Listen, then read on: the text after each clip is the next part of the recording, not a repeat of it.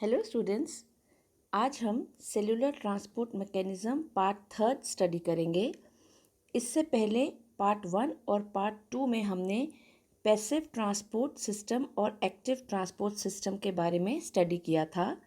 आज की क्लास में हम एक्टिव और पैसिव ट्रांसपोर्ट सिस्टम के डिफरेंसेस के बारे में स्टडी करेंगे। सेल मेम्ब्रेन एक ग्रेट मल्टीटास्कर है, ये हमने प्रीवियस लेक्चर्स में स्टडी किया था और यह भी स्टडी किया था कि सेल मेम्ब्रेन जो है वो सेल को एक स्ट्रक्चर प्रोवाइड करती है और उसके साइटोप्लाज्मिक कंटेंट्स को आउटर एनवायरनमेंट से प्रोटेक्ट करती है and it also allows the cell to act as a specialized units. जो सेल मेम्ब्रेन है वो सेल के इंटरफेस की तरह एक्ट करती है, यानी कि वो एक गेटकीपर की तरह एक्ट करती है। जो फॉस्फोबाइलिपिड लेयर है प्लाज्मा मेम्ब्रेन की, वो कुछ सब्सटेंसेस को अलाउ करती है एंटर होने के लिए और बाकियों को अलाउ नहीं करती है, यानी कि इट इज़ सिलेक्टिवली परमिएबल, जो कि बहुत ज़रूरी है ताकि हर सेल का जो होम्योस्टेसिस है वो मेंटेन हो सके। डिफरेंसेस हम दोनों के स्टडी करेंगे, तो सबसे पहले हमें again we will revise what is active transport and what is passive transport.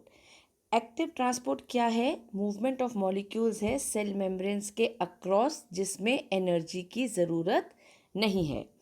Where is passive transport क्या है? पैसिव ट्रांसपोर्ट वो है जिसमें सेल के मेम्ब्रेन के अक्रॉस मूवमेंट मॉलिक्यूल्स की हो रही है लेकिन इसमें एनर्जी की ज़रूरत नहीं है।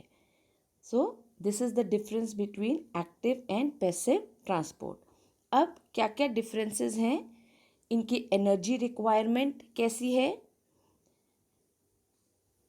एटीपी की ज़रूरत यानी कि एनर्जी की ज़रूरत एक्टिव ट्रांसपोर्ट में होती है। वो एनर्जी जो ट्रांसपोर्ट अक्रॉस मेम्ब्रेन है वो एटीपी के प्रेजेंस में होता है, लेकिन पैसिव ट्रांसपोर्ट में एनर्जी की ज़रूरत नहीं होती है।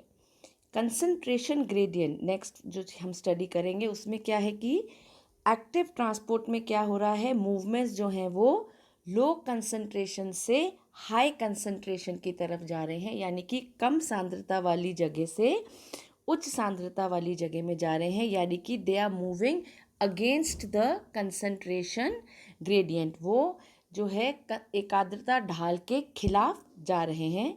लेकिन पैसिव ट्रांसपोर्ट में जो मूवमेंट है मॉलिक्यूल्स की वो हाई कंसंट्रेशन से लो कंसंट्रेशन की तरफ है, यानी कि उच्च सांद्रता से कम सांद्रता की तरफ वो आ रहे हैं, वो एकाग्रता ढाल की तरफ आ रहे हैं। They are moving along the concentration gradient. ये हमने दोनों को जब स्टडी किया था तो देखा था कि एक्टिव ट्रांसपोर्ट जो है वो अपहिल मूवमेंट होता है और पैसिव ट्रांसपोर्ट जो है वो डाउनहिल मूवमेंट होता है। Now what is the direction of the movement, हम ये स्टडी करेंगे।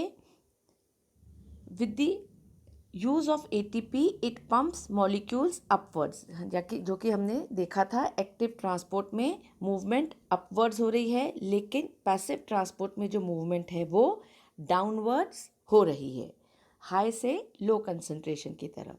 Carrier proteins and pumps, active transport को कैरियर प्रोटीन्स की ज़रूरत होती है, लेकिन पैसिव ट्रांसपोर्ट जो है उसमें जो है प्रोटीन्स की ज़रूरत नहीं होती है।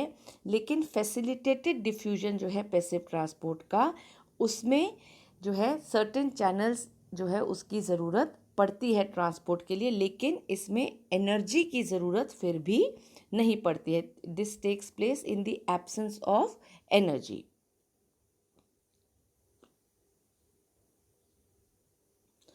इन्वॉल्वमेंट ऑफ मैट्रिक्स और permeases and efficiency of the process, इनको हम एक एक करके स्टडी करेंगे। तो सबसे पहले मैट्रिक्स का इन्वॉल्वमेंट दोनों में कैसे होता है। एक्टिव ट्रांसपोर्ट में मैट्रिक्स या परमिएजेस की ज़रूरत नहीं होती है, दे आर नॉट इन्वॉल्व्ड। लेकिन पैसिव ट्रांसपोर्ट में it takes place through matrix, channels and permeases. Efficiency of the process, दोनों प्रोसेस की एफिशिएंसी रैपिड होती है। एक्टिव ट्रांसपोर्ट में it is a rapid process, लेकिन पैसिव प्रोसेस जो है वो कंपैरेटिवली स्लो होता है। Now, what is the principle of working of active and passive transport, and what is their directions? तो एक्टिव ट्रांसपोर्ट का प्रिंसिपल वर्किंग का क्या है? एक्टिव ट्रांसपोर्ट जो है वो अलाउ करता है मॉलिक्यूल्स को to pass through the cell membrane, disturbing the equilibrium established by the diffusion.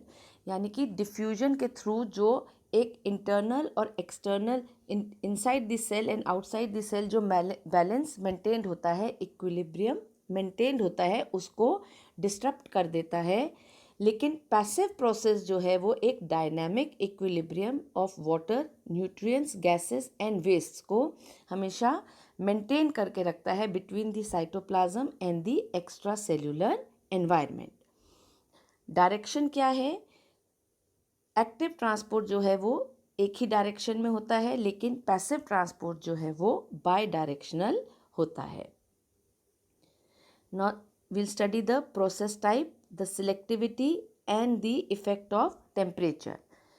Active transport जो है वो एक वाइटल प्रोसेस होता है, लेकिन पैसिव ट्रांसपोर्ट जो है वो एक फिजिकल प्रोसेस होता है। सिलेक्टिविटी अगर हम देखें तो एक्टिव ट्रांसपोर्ट जो है वो हाईली सिलेक्टिव होता है, लेकिन पैसिव ट्रांसपोर्ट जो है वो नॉन सिलेक्टिव होता है। इफेक्ट ऑफ टेम्परेचर क्या होता है दोनों प्रोसेसेस पर? एक्टिव ट्रांसपोर्ट जो है it is affected by the temperature, whereas passive transport जो है it is not affected by the temperature. Now the effect of oxygen level, effect of metabolic inhibitors and the molecules transported. तो सबसे पहले oxygen level का effect दोनों processes पर, दोनों transport mechanisms पे कैसे होता है? एक्टिव ट्रांसपोर्ट जो है दिस प्रोसेस रिड्यूसेस और stops as the level of oxygen content is reduced. Oxygen content reduce होगा तो एक्टिव प्रोसेस जो है वो भी रिड्यूस हो जाएगा, लेकिन पैसिव ट्रांसपोर्ट में इसका कोई इफेक्ट जो है वो नहीं होता है। Effect on metabolic inhibitors, metabolic inhibitors जो है एक्टिव ट्रांसपोर्ट को स्टॉप करते हैं, लेकिन मेटाबॉलिक इनहिबिटर्स का कोई भी इन्फ्लुएंस जो है वो पैसिव ट्रांसपोर्ट पर नहीं होता है। मॉलिक्यूल्स ट्रांसपोर्टेड, एक्टिव ट्रांसपोर्ट जो है उसमें मैक्रोमॉलिक्यूल्स ट्रांसपोर्ट होते हैं, जैसे कि प्रोटीन्स, कार्बोहाइड्रेट्स एंड लिपिड्स, लेकिन पैसिव ट्रांसपोर्ट जो है उसमें गैसेस जैसे oxygen, carbon dioxide, monosaccharides, water and lipids जो है, जो कि सॉल्यूबल मटेरियल्स हैं, वो ट्रांसपोर्ट होते हैं।